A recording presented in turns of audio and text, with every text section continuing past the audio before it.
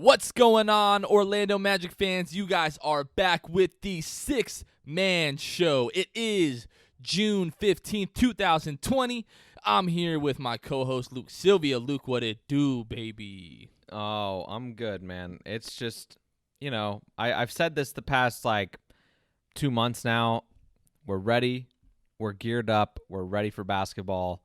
July 31st was the date, but as we know, since the last episode dropped, July 30th is now the target date, barring, COVID cases and spiking. And so I can taste it. We're almost a month. We're about a month and a half out from that point. But I think this week, players from internationally are going to be coming back. They'll be getting in today as you guys hear this. They're required to be back in the States on this date. And then players who live in the country have to be at, in their, team's state and city by, I think, next week. So everyone's kind of gearing up. You have that kind of back to school feeling, I think, if you're an NBA player right now. Well, I mean, as fans, obviously, since the news came out, within the last week that the NBA does plan on coming back. Now, obviously, they're still working out a lot of the details as far as what this bubble is going to look like, Luke. But I must say, the wind that was in my sails, as far as my excitement for the league to come back, has taken a little bit of a blow this week. I know we're going to talk about that and get into that. It is a very complicated subject, right? Everybody listening, if you have not heard, Kyrie Irving is kind of spearheaded, in a sense, a group of NBA players that may not want to return to play, which, I mean, Kyrie won't be playing anyway, so I think that's part of some people's confusion when it comes to this, and also due to the fact that it's kind of out of nowhere.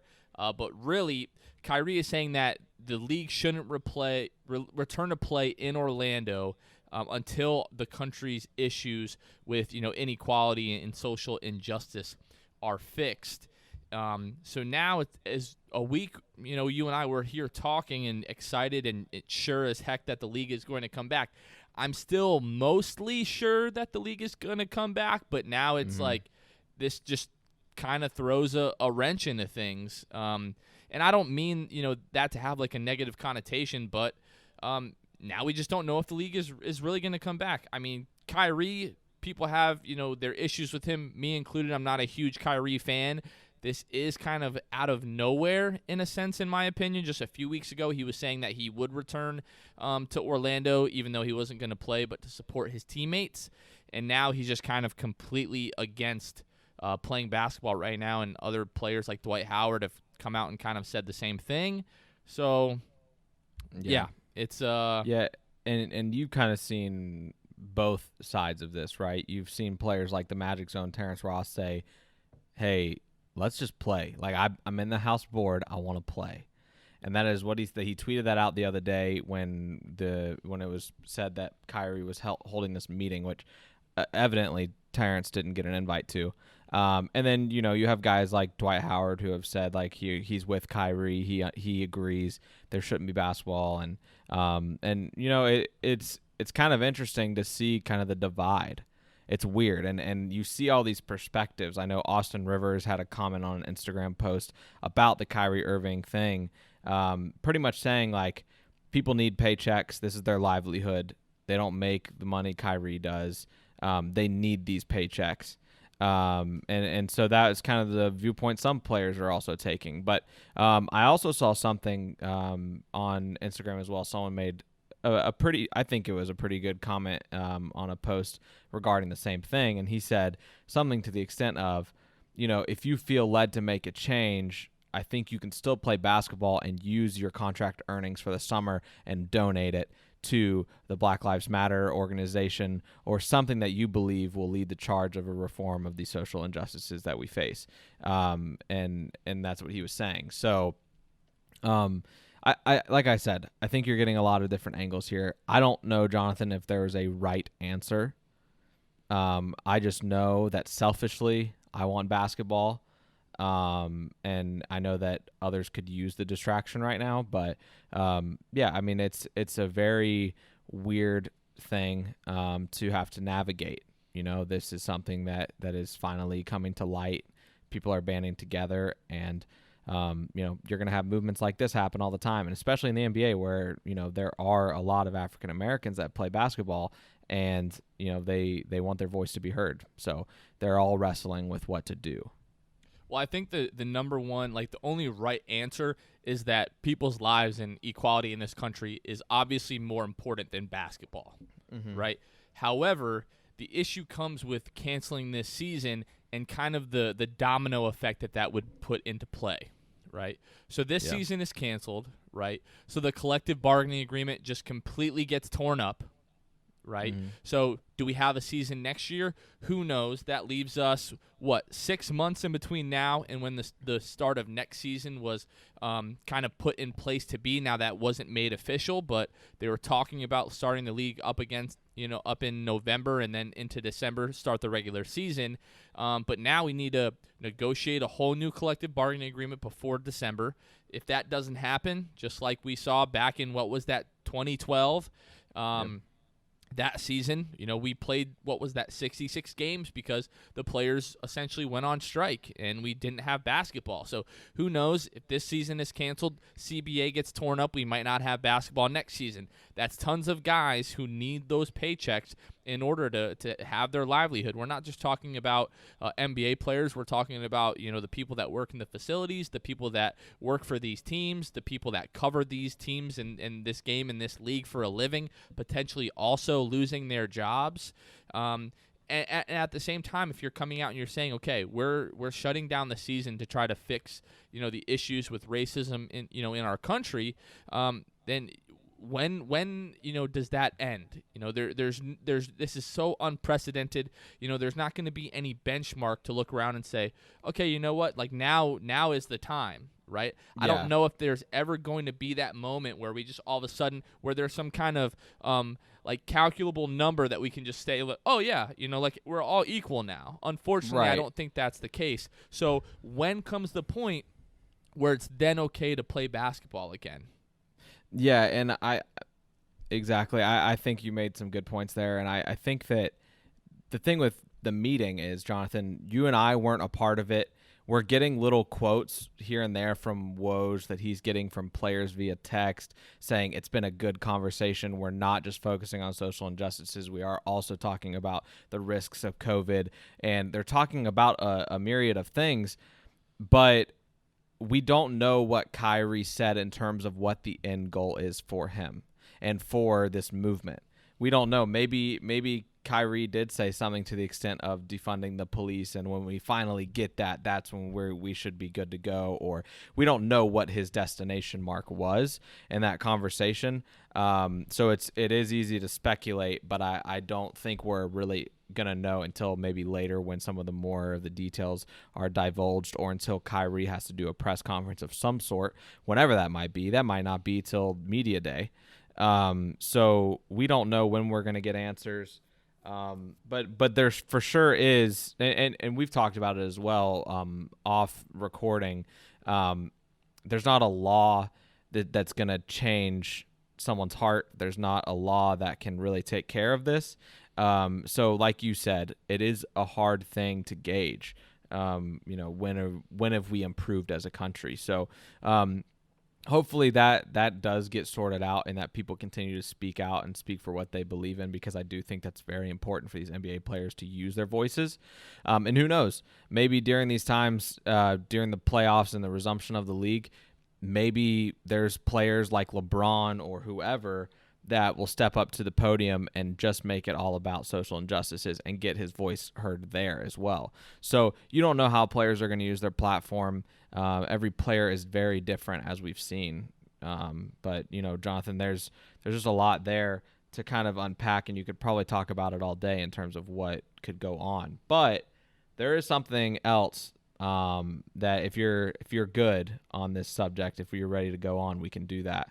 Well, there was one thing that kind of came to mind a couple of moments ago as we're kind of talking through this. So the one, because I keep going back to okay, where is this coming from, right? Because it was just about 2 weeks ago, that Kyrie said, I know I'm not going to play, my season's over, but I'm thinking about going to Orlando, to support my teammates. Now, obviously, there are a lot of things that have transpired throughout the country, but I don't want to call this like a smokescreen, but I can't think of what the correct word might be. But I think this might be part of a plan to try to leverage the owners, right? The players know that, yeah, sure, the owners don't have as much to lose as we do, but the owners still stand to lose a lot of money if the players don't finish the rest of the season, right? Yeah. Could this be some kind of plan to try to get the owners to leverage their platforms to help push this movement forward with the players? The owners have much deeper pockets than the players do, right? They have just as big, if not bigger, platforms and the means to get behind this movement and say, okay, we're going to help push this thing forward. If the players are really threatening that if we don't make this about social reform and social injustice and promoting equality, we're not going to play, the owners might come together and say, guys, we've got to get behind this with the players, show them that we're united with them and that we are going to push forward with this cause with them, for them. Because in my opinion, the thing that really stuck out to me, and I'm going to try to leave my, prior Kyrie bias aside discussing this topic. It's very sensitive. But when he said, something smells fishy, that's the thing that just kind of threw up a red flag in my mind, and I think really to most people. Because when I think about the NBA, as far as like a progressive standpoint, the NBA is if not one of the most progressive leagues, not only in America, but I think in the entire world. Mm-hmm. Yeah, I mean, he's not playing in the NFL.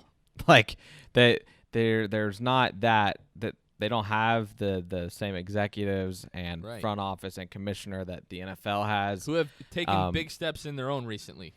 Yeah, and they have, but the NBA is someone who historically has done pretty well in terms of being inclusive of everyone, appreciating everyone, and speaking up for what's right, and on behalf of all their players. So, yeah, I don't know.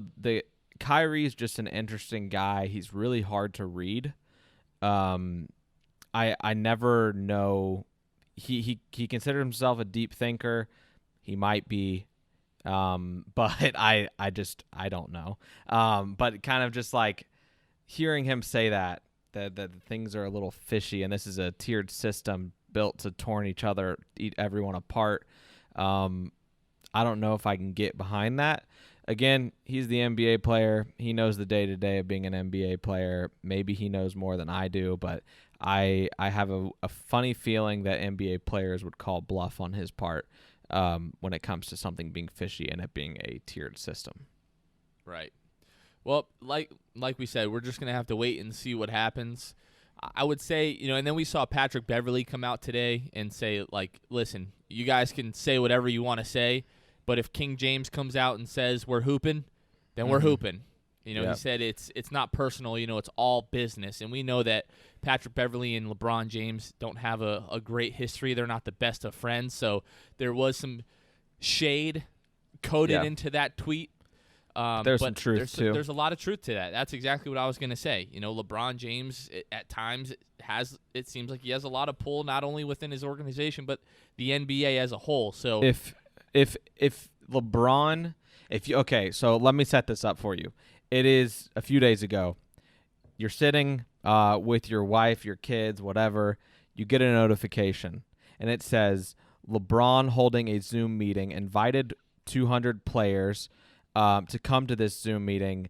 He is unsure if he wants the season to return to focus on social injustices. At this point, Jonathan, are you thinking the season's definitely going to happen, or are you thinking, I don't know if we're going to play basketball again this year? At that time, I'm probably thinking, like, depending on what it is, like I said, if it's coronavirus, then I'm like, okay, maybe we start back up in December. If he comes out and it's because of social injustice, then I'm thinking we're not playing basketball until maybe 2022. And I'm like, I'm convinced of that at that point. Like, I read that Woj update, I'm like, basketball's gone. You don't need any further details. It's just that's a wrap. I have one more question here as it pertains to this. Yeah. any business, right, is not really set up to just be static and not make any money, especially Right. when people have livelihoods and, need to pay their bills and mortgage and everything like that. Yeah. How long is a league like the NBA set up to where they're not really making any money? If we decide to shut down the NBA until, social, injustice is fixed, and believe me, social injustice is a much bigger priority than basketball. They don't compare whatsoever. But who knows? From a fan standpoint, I have no idea. At this point, I'm in fear that the NBA is going to be no more. Yeah. I don't really know. There's a lot of money at play throughout this whole thing. This is kind of the perfect storm in the worst way, because the NBA didn't have a COVID plan set up. Do you think the NBA ever thought that they would be shut down for so many months? No, they don't have a plan put together for when that happens. I doubt they have this huge crisis plan. They might have had a plan that lasted like a month, but not this many months. I mean, we're going on 3, and this wasn't expected. And then once you have the social injustices and people becoming more aware of what's going on around our country every day, you throw all those things together, and it's like, this is not a great spot for the NBA, but I know that they are going to work with their players to make sure that they're doing okay, that they're supporting them in the best way possible to keep the league afloat. Because like you said, Jonathan, no business is built to just be static like this and not make money. The NBA is just not making the money they were 2.5, 3 months ago. And unfortunately, there's a lot of things that have happened. People are losing jobs. Businesses are going out of business. This is stuff that's already happened. So I'm sure the NBA is kind of just divulging a plan for, hey, if coronavirus cases spike up again in the fall like they suspect, what are we looking at then? I can't imagine that you're going to do this whole Disney thing at round 2 with all of the teams. It's just not realistic. So you got to think, let's say we do finish this season. They go on to do that, and then the coronavirus outbreak spikes again, and they are forced to shut down the league again for months at a time.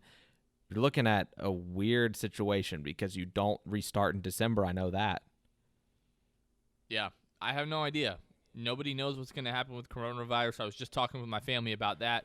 We're trying to plan a trip to go up north to visit my brother, my sister-in-law, and my new nephew. But that's kind of what everything is hanging on. Is coronavirus going to make a resurgence, come September, October, November? Because if that's the case, then no, we won't be going up north to visit my family. No, we will not be playing, any sport at that point, I would think.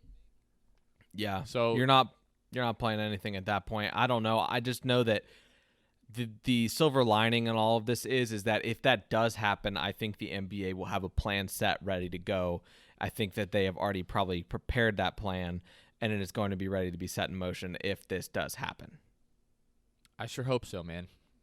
So you were about to lead us into something else. What you got on your mind? Yeah, so obviously Disney is the location here at the Wide World of Sports for the NBA's resumption. So kind of looking into that, there was an article put out by Zach Lowe where he spoke to essentially a professional in medical field and an epidemiologist. Yes, that's what it is. I couldn't really think of the name, so I appreciate that. But no, they kind of broke down the risks, but also they did touch on what the NBA is going to do probably pretty well to make sure that there is no coronavirus outbreak that they are specifically responsible for. But before I get into that, Jonathan, there was something that really caught my eye in the beginning of this article. So the Bundesliga, the German soccer league, has resumed play, right? So with that, they've taken a lot of precautions of their own. They're doing the same type of thing in Munich and stuff, and they're doing the bubble thing, and they're keeping players away from everybody else besides their coaches. But one thing that's very interesting that he touched on in the article with Zach Lowe is comparing that the Bundesliga is doing tracking chips on their players. So what? Right. So it is voluntary, but I feel like they are pressured to do this. Basically, it's movement chips. I shouldn't say track. I don't know. It's the same thing. That's it's the same tracking chip. It's they got low jack on their midfielders. So, but this isn't. So essentially, NBA players, soccer players, they all do this. They wear these during practice and games, I believe, in their jerseys or something. And this is just to track their movements and their speed and all of that. But they are the Bundesliga, at least. Which this is not going to fly in the NBA, so don't. No. This is not going to happen. They mentioned it, but it's not going to happen. But in the Bundesliga, they are making them wear it so that if one of them does eventually test positive in their test they do every, I think, 3 or 4 days, then they can track and see where they were and see who they came in contact with and alert those people. Because who knows, a player, if they get COVID, they're probably lying about where they were, if they left, of course, no, of course I didn't leave. They're like, where did you contract it? Well, with this optional stuff that they're saying is optional, which I don't believe it's optional. I think that they're very heavily pressured into doing this. They're wearing these things and it's just tracking their movement, Jonathan. So NBA players can be thankful for that I do not think the NBA will present that to them. They did say that was a possibility in the article, but I don't know. I think it gets shut down definitely by the any NBPA. Kind of chip on Russell Westbrook. No. There's not gonna be that at all. But I did want to touch on one of the kind of drawbacks to this that they touched on. I believe he's the director of the Harvard Global Health Institute who said this, but he said that the main potential weak point is how the Disney employees who are called cast members interact with the NBA staff. Because as we've said, the players will not have contact with the Disney employees. However, there are staff that will interact with them that will then interact with the players, right? So they're saying the biggest issue is, what if someone comes in contact with a staff that might not necessarily mean to, or who knows, maybe the staff is downstairs at the resort and they're like, hey, can I get some towels? And it's just someone that shouldn't be dealing with them. And they're like, oh, yeah, for sure. And they just go ahead and grab the towels because, hey, it's not a big deal. They need towels. I'm not going to call somebody else that's supposed to be interacting with them, whatever. So that seems to be the issue here, is what they're presenting. But from what I know, my wife was in entertainment at Disney and was in the Disney College program. So I know this world somewhat well just by word of mouth and what she's told me and what her friends say. But they're not allowed to take pictures backstage. They're not allowed. They have a very long list of guidelines, right? So I believe that Disney will be very thorough with their cast members and probably just get the best of their cast members that have been there for a long time, that don't have a record of any strikes on their record, any points, anything like that. And they will fall in line and understand the guidelines. I'm sure they will go through a whole training program on how to handle the NBA, because these are two big corporations coming together, and the last thing you want is one corporation pissing off the other one. And you definitely don't want one corporation giving the other COVID. So it'll be interesting to see how that works. But I don't think that's really an issue. But it is promising that they're saying that is probably the biggest issue. But while also noting it's not a huge one. So I think, Jonathan, that they're going to have it all figured out. They're two very thorough organizations and entities in themselves. So I think they're definitely going to be working together with the NBA officials and Disney officials, essentially, to get this thing worked out. So I think that, and like the guy goes on to say, he says, quote, the NBA's plan is pretty good and comprehensive. So it sounds like they will be testing pretty much every day. But he said then you could be running a risk of getting a false negative, but that is why then you take temperatures. And you make sure that they're not in the 99 to 100 range at all, so that there's no risk of these players having COVID or anything like that. So, well, what I thought was kind of interesting, and reading a few tweets this weekend, my wife and I were kind of on vacation, so I was trying to stay off the phone, but just kind of as some of this news was breaking, especially with like the Kyrie Irving stuff, I just I couldn't get away from it. I was sitting there on the beach, with my phone in my hand. But they mentioned that this kind of sticking point that we're talking about right now, that the NBA players and the staff members will not be able to leave that bubble, but the Disney cast members are kind of coming and going, not as they please, but as they work and as they need to go home for the night and everything like that. They won't be living there. They will not be living in the bubble like the NBA players. And you saw Evan Fournier. Obviously, when he saw that news, it was news to him. He quote tweeted it and said, "Wait, what?" Like, in my, the way that I feel about that is he's like, okay, if we've got to stay in this bubble, why don't they have to stay in this bubble? You know what I mean? And that's Right. between the NBA and Disney and the way that they've negotiated this entire thing. But then there also were reports that, the players' families might not be welcome within the bubble until after the first round has been completed, which a lot of people think is going to be towards like the end of August. So now these players are having to go weeks, without seeing their families before they're able to come and join them in the bubble. So I don't know how much of these things are going to be sticking points with the negotiations between the NBA and the Players Association as far as really agreeing on all of the terms to this, because that's what we're really looking at, right? Like the NBA has said, we're coming back. This is what the calendar is going to hopefully look like. But there hasn't really been any agreement between the NBA and the Players Association. They've agreed to continue to negotiate and explore what this is going to look like.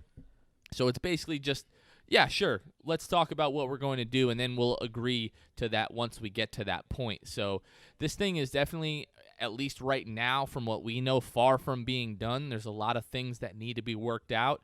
And like we said, there's these new developments, with Kyrie Irving and a large chunk of the players in the NBA that may not want to return to play for a number of reasons. So once again, as excited as we are, and like I said, I'm probably in about 75% range. I feel like I'm sure that the NBA is going to return and finish this season, but there's that 25% of me where I just don't know, and we have to wait and see what's going to happen. The thing is, last week you were probably 98% sure the season was going to happen. Yep. And then this all happened this week, and it's kind of deflated us as a whole. But kind of touching on what you were saying with like Evan Fournier being caught off guard by the fact that Disney support staff would not be subject to NBA's bubble protocols with daily testing and quarantining. But I think there's some key words there that are very important, which is they're not going to be subject to the NBA's bubble protocol and quarantining and all those daily testing. They won't be a part of that, but I promise you Disney will have their own protocol.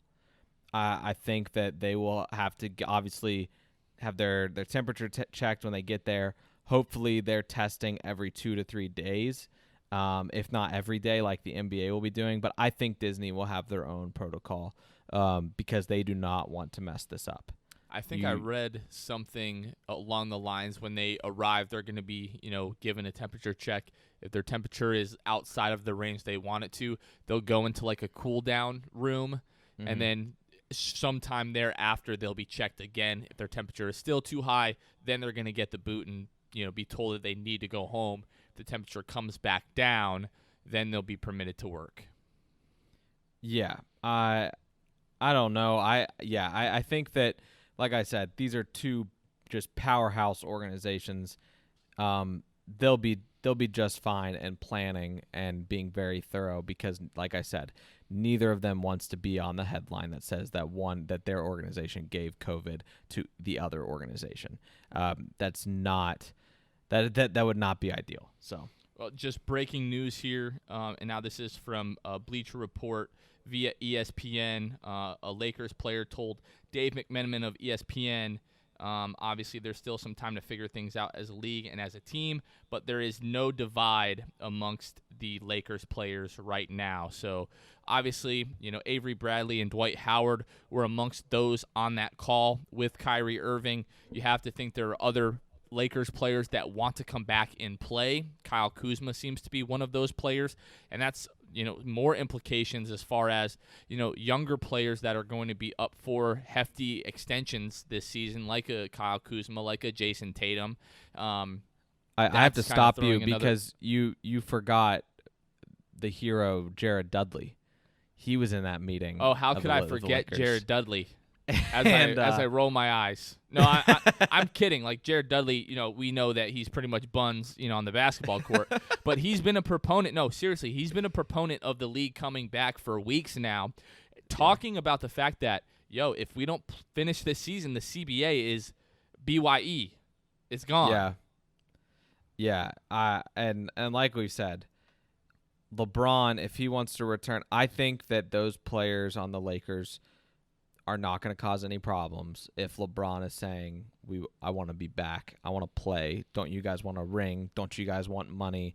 Don't you guys want all these things? Don't you want a little bit of life to be a little normal? I think he would still lead with the fact that we can still promote this movement, and that I think the league is going to find a way to give the players what they want and still get what they want, which is games played.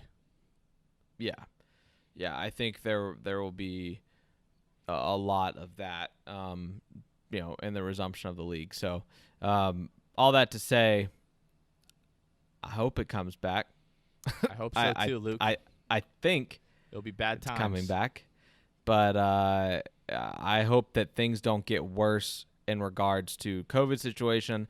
I hope things don't get worse in terms of the injustices. I hope nothing gets worse. I hope we're only on, the up and up, because at some point we have to hit rock bottom, right? Yeah, and I don't know. I don't know if I can take more of this. This is like, I don't know. There's just so much stuff going on that it's really pretty unfortunate. It is indeed. I would definitely agree with that. A lot of moving parts. Last thing that I kind of wanted to talk about, which is what we were kind of planning to talk about this week before all of these new developments kind of sprung into the light. We're talking about some of these, NBA free agents. There was an Instagram post, I think it was on ESPN's Instagram that you sent me, that, players like, Jamal Crawford, DeMarcus Cousins, J.R. Smith, some of these free agents where, if some of these teams have openings, let's say like a team like the Lakers, if they were to have, an opening, DeMarcus Cousins, he has been rumored to want to rejoin the Lakers if possible. There's been talks about, Joakim Noah joining teams and things like that. So I don't really have the specifics of what that looks like, but that could definitely get pretty interesting. My thing, specifically as it pertains to Jamal Crawford and J.R. Smith, I don't really know why they're being brought up into this, because they've been free agents literally the entire season and no one has wanted them. So now why are you going to want them to play playoff basketball? Right. Yeah, they've been out of it for so long. You just have to hope that they're keeping their conditioning up. They're playing pickup basketball, which, by the way, is not the same as NBA basketball. So, yeah, there's a lot of things that are pretty interesting. Obviously, your roster can't be full. We can't, like the Magic. Sorry, guys, we're not getting DeMarcus Cousins on our roster this summer. And the roster is just full. There's no wiggle room at all. But it is interesting. Some of these teams like the Suns, the Spurs, the Kings, these teams they're in contention, but they're just that they're there to even out playing field, whatever. But who knows? Some of them do have a chance to get within striking range of that 8 seed spot. Like we've said before, they have to be within 4 games. But who knows? Maybe one of them fights hard to try to get Boogie Cousins. One of them fights hard to get Joakim. They want a spark, or they want something different. Maybe they go after IT. I don't know. So I don't think it's going to happen. Let me just say that. But I think that there is a pretty good shot if Boogie is good to go, he's going to probably be on a roster this summer. I got to tell you, the player with all of these happenings recently, the player that I'm most concerned about and concerned for has got to be Chuma Okeke, right? The Magic drafted him last year, torn ACL that he's recovering, from, the NCAA tournament. So he agrees to basically redshirt his rookie season, be placed on the Lakeland Magic roster so that he can rehab with the Lakeland Magic. And he's thinking, this entire season, I'm going to work my butt off. I'm going to recover, get ready to go, sign my rookie deal. I'll be making a lot more money next year. I'll be on an NBA roster. Everything will be good to go. And now with COVID and now the risks of potentially there not being an NBA season and then a collective bargaining agreement being ripped up, potentially not playing next year. 12 months ago, or probably 15, 16 months ago, he was looking at making multi-million dollars a year for the next 10 to 15 years of his life. And now, whatever his Lakeland Magic contract might have been, now he's looking at potentially making no money playing basketball, within the next year or so. Not only that, but we talk about the fact that, he's about 15 months since he's last played competitive basketball. If the season comes back in December, add another 6 months onto that. So that's 21 months, almost 2 years since he's played competitive basketball. And if the season doesn't come back at all, then we're going to be looking at potentially 2 to 3 years of him not playing competitive basketball before he makes his NBA debut. And that's a problem, Luke. That's bad news. That's how you stunt a player's growth. That's for sure. Yeah. I think that's kind of been the worry this whole time, is these young players that are developing, that we kind of touched on last week. But it is guys like Chuma Okeke, those guys who deserve their shot, and I think that obviously circumstances they can't avoid is going to kind of be hindering their growth. So I hope Chuma's trying to stay as busy as he can right now. I hope he's rehabbing to the fullest. I know he is more motivated than any of us are for him to get right and become that player that he knows that he can become. So it'll be interesting to see as a Magic fan, to see Chuma's growth and to just figure out when we're going to see him on a basketball court. Well, I mean, in March when the season halted, he was shooting jump shots. There's been reports that at the end when everything stopped, he was back on the court shooting jump shots. So fast forward 3 months from then, you've got to think that if the season were to start today and he would be able to be on the Magic's roster, you would have to think that he would be ready to go. Yeah, I think he's definitely not going to be on the end of, he's not going to be the one doing something wrong. It's not going to be his fault. He's not going to let it be his fault. Chuma seems to be a hard worker and kind of roll with the punches, as we've seen with him being in Lakeland. I know a lot of players that probably have been like, no, I'm not going to just go sit in Lakeland all year. I'm not going to play for be on the G League roster all year and, pass up money and whatever. But he's rolling with the punches. He's going with the flow, and I think that'll essentially in the long run pay off for him and gain some trust from the organization, which could come in handy when they start talking contract details down the line. A lot of negativity, a lot of bad vibes on this podcast, Luke. We gotta turn this around.